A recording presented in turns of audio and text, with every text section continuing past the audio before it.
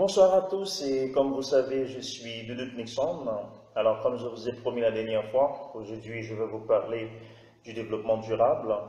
Mais ne croyez pas que vous allez tout entendre sur le développement durable puisque c'est un thème assez vaste, mais je vais vous dire l'essentiel. Alors avant de commencer, je tiens à vous remercier pour vos commentaires, vos mots d'encouragement sur la vidéo de la dernière fois. Vraiment, ça me tient à cœur. Et sachez que vous avez tous une place spéciale dans mon cœur. Voilà. Donc le développement durable, c'est quoi le développement durable? Quels sont les enjeux du développement durable? Alors commençons d'abord par le développement. Donc prenons par exemple les États-Unis, donc c'est un pays développé. Donc là-bas, il y a un niveau de richesse très élevé, un niveau de scolarisation également très élevé. Et la santé est assurée par la sécurité sociale. Donc vous voyez, un pays développé, c'est un pays où la population a une bonne condition de vie. Inversement, un pays peu développé, prenons par exemple les pays d'Afrique, ce sont des pays où ils ont un faible niveau de richesse, un faible niveau de scolarisation et un faible niveau de santé. Donc un pays peu développé, c'est un pays où la population a une mauvaise condition de vie. Donc, ces pays-là, ils peuvent développer, c'est-à-dire voir les niveaux de richesse, les niveaux de scolarisation et les niveaux de santé augmentent. Mais pour que ça soit, il faut qu'il y ait plus d'usines, c'est-à-dire la population va consommer des plus, c'est-à-dire plus de déchets. Ils vont acheter des voitures, c'est-à-dire plus de pollution. Donc, ces pollutions et ces déchets vont s'ajouter sur ceux des pays développés comme les États-Unis qui polluent déjà trop. Donc, vous voyez, le développement, c'est quelque chose qui est à la fois positif et négatif. Alors, je m'explique positif. Pourquoi? C'est parce que cela permet d'améliorer les conditions de vie de la population. Et négatif, c'est parce que cela entraîne trop de déchets et de pollution.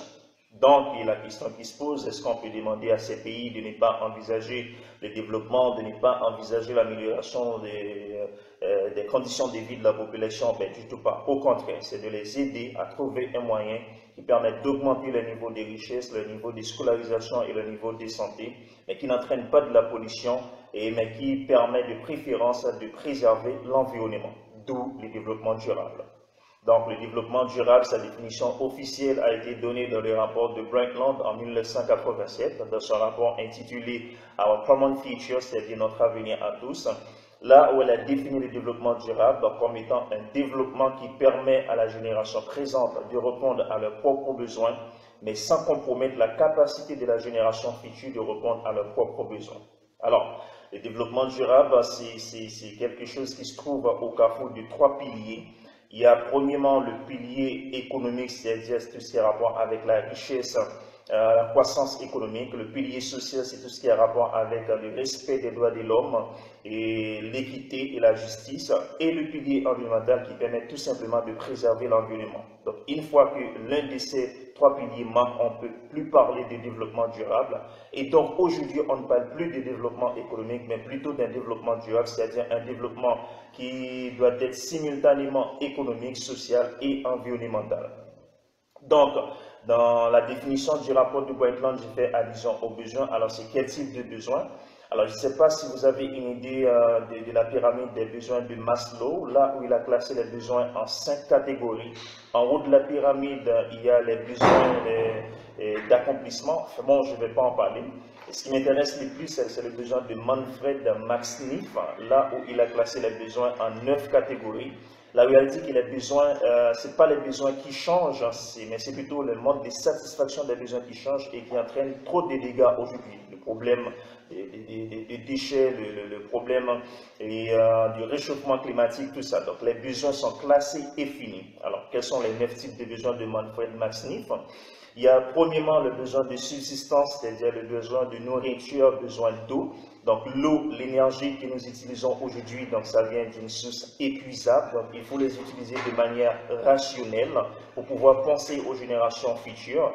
Il y a aussi donc les entreprises dans la production, il ne faut pas utiliser trop de produits chimiques, c'est-à-dire pour le côté social, sur la santé de la population. Alors, vous savez, aujourd'hui, la majorité des gens qui souffrent à l'hôpital, c'est à cause de leur imprudence alimentaire, de leur complexité, vous voyez. Donc, aussi avec moins d'emballage, du moins avec des emballages qui soient facilement recyclés. Il faut consommer des produits locaux, des fruits saisonniers et aussi consommer des produits qui nécessitent moins de transport, puisque vous savez, à chaque fois qu'il y a plus de transport, c'est plus d'émissions de gaz à effet de serre.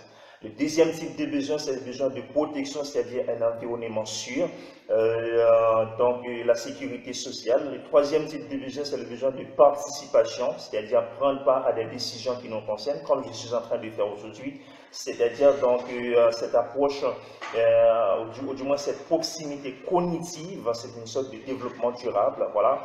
Donc le quatrième type de besoin, c'est le besoin de loisiveté, c'est-à-dire se sentir à l'aise, se relaxer, besoin d'affection, c'est-à-dire aimer et être aimé, besoin de compréhension, comprendre les autres, besoin de création, c'est-à-dire créer, innover, c'est-à-dire il faut créer des centres de formation professionnelle pour les jeunes d'aujourd'hui pour pouvoir former les champions de demain. Vraiment, c'est intéressant.